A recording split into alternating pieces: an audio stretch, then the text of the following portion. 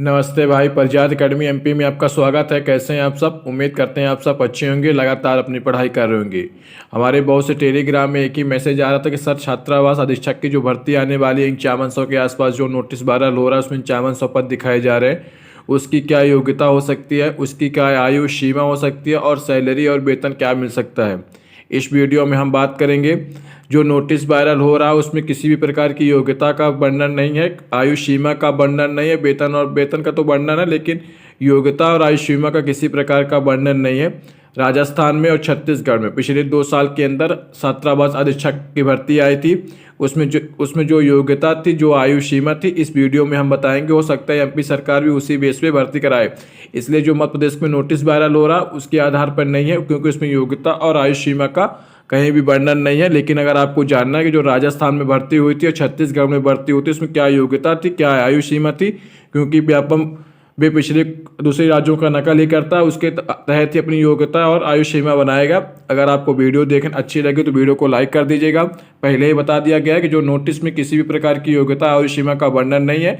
ये राजस्थान और छत्तीसगढ़ के आधार पर जो वैकेंसी आई थी उसके तहत आपको योग्यता और आयु सीमा बताई जाएगी।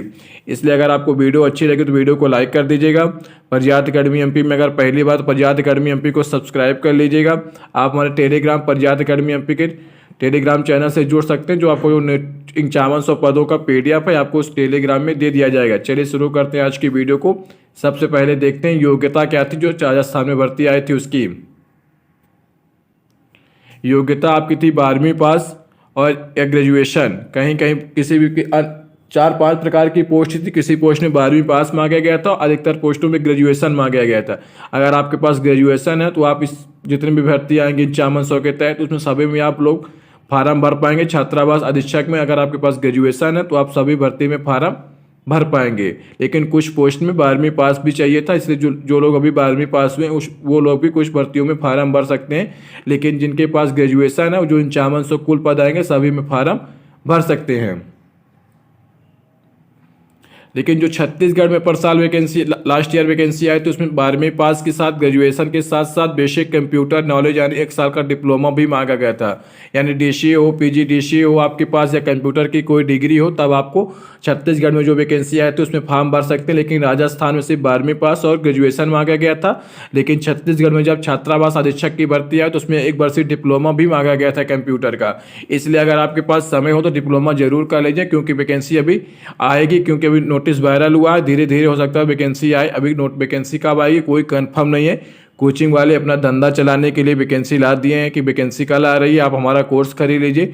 लेकिन अभी ऐसी कोई सच्चाई नहीं है कि वैकेंसी किस तारीख को आएगी।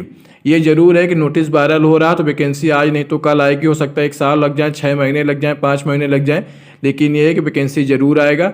5100 पद दिखाया जाए तो हो सकता है 3000 पदों पर भर्ती आए, 3500 पदों पर भर्ती आए, लेकिन भर्ती जरूर आएगी। इसलिए आप लोग अपनी तैयारी करते रहे। जिनका ग्रेजुएशन हो गया इसलिए 1 वर्ष का डिप्लोमा जरूर कर लीजिए अगर आप इस भर्ती में शामिल होना चाहते हैं तो। अब हम बात करते हैं जो एज लिमिट है, यानी जो आयु सीमा है, आप कितने उम्र के लोग फार्म भर सकते हैं। मिनिमम इसकी चाहिए 18 वर्ष और 21 वर्ष। 12वीं पास वाली भर्ती है तो उसमें आपको 18 वर्ष चाहिए। लेकिन आप अगर ग्रेजुएशन वाले में अप्लाई करेंगे तो मिनिमम आपका 21 साल होना चाहिए। मैक्सिमम 35 ईयर है, जनरल वालों का है। अन्य कैटेगरी वाले इसमें 3 साल 5 साल ऐड कर लें। जैसे OBC वाले 3 साल ऐड कर लें, SC ST वाले 5 साल ऐड कर लें, इसी महिलाएं 5 साल ऐड कर लें, AWS वाले 5 साल ऐड कर लें। लेकिन जो जनरल के 35 साल अधिकतम है और अगर ग्रेजुएशन वाली पोस्ट में आप लोग भरना चाहते हैं तो कई साल मिनिमम है। लेकिन अगर आप लोग 12वीं वाले में भरना चाहते हैं तो मिनिमम 18 साल है। उम्मीद करते हैं आपको समझ में आ गया होगा। एक बार और देख लीजिए, अगर आपकी उम्र 18 वर्ष है, आप अभी आपने 12वीं पास किया तो जो 12वीं वाली पोस्ट आएंगी उसमें आप फॉर्म फिल कर पाएंगे। लेकिन अगर आपने ग्रेजुएशन किया है तो आपकी उम्र 21 साल होगी। 21 साल ग्रेजुएशन अगर आपका तो आप हर पोस्ट में फॉर्म फिल कर पाएंगे अगर आप योग्यता रखते हैं तो।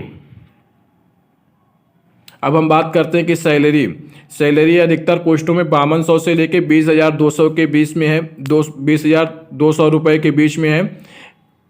5200 से मिनिमम है, 20,200 अधिकतम है। पहले वेतन है 20,200 रुपये अधिकतम रुपये मिलेगा। कुछ पोस्ट हैं जिनमें अधिक वेतन है, लेकिन जो 90% पोस्ट में वेतन 20,200 रुपये है।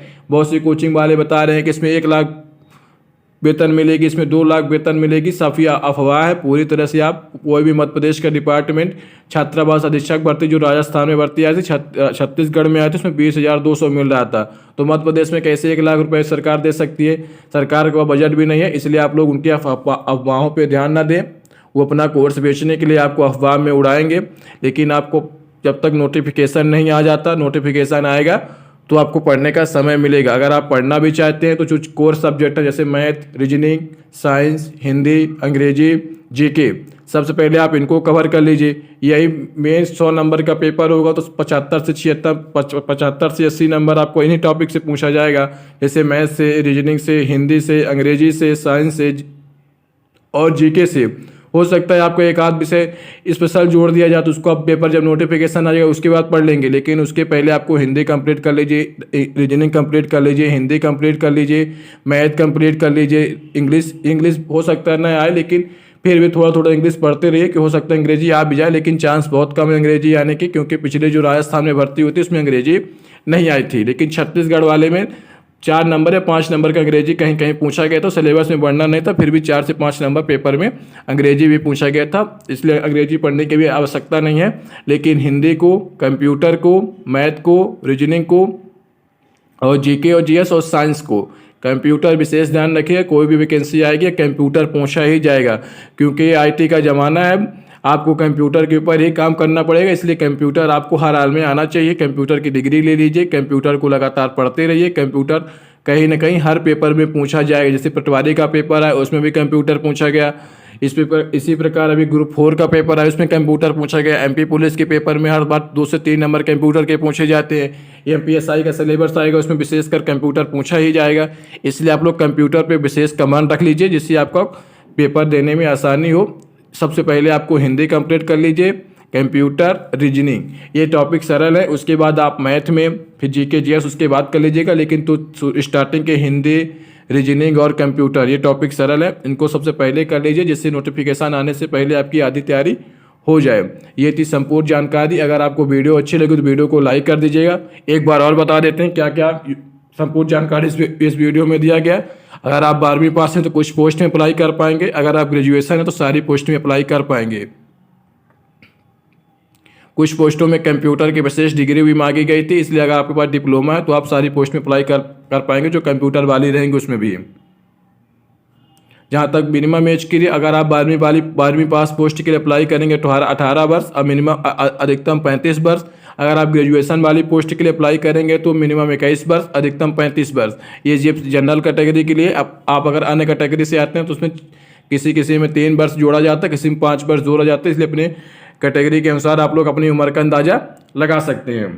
जहाँ तक बात रही वेतन की तो 5200 से लेके 20,200 रुपये आपको छात्रावास अधीक्षक की भर्ती में सैलरी देखने को मिलेगी। अधिकतर 90% पोस्ट में आपको 20,200 रुपये ही पहले मंथ मिलेगा, उसके बाद आपकी सैलरी लगातार बढ़ते रहेगी। लेकिन कुछ पोस्टें हैं जिनमें वेतन थोड़ा अधिक है, आपको जिसमें ज़्यादा वैकेंसी रहेगी उसमें आपको ध्यान देना है, कम पोस्ट में आपको ध्यान नहीं देना है।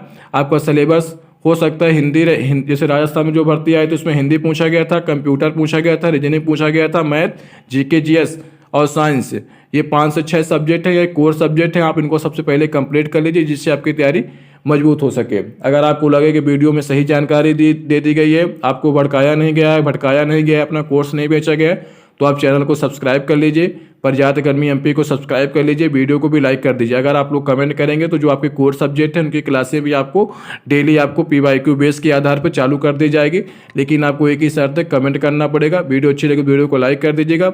आपको क्या क्वेरी चाहिए, आपको अब इस छात्रावास अधीक्षक भर्ती के बारे में क्या जानकारी चाहिए, कौन से टॉपिक पर जानकारी चाहिए, आप लोग कमेंट करेंगे तो उस टॉपिक पर वीडियो बना दिया जाएगा। कमेंट करिए जिससे आपको वीडियो बना के आपको सूचित कर दिया जाए। चलिए मिलते हैं अगले वीडियो में, तब तक अपना ध्यान रखिए, लगातार पढ़ते रहिए। धन्यवाद।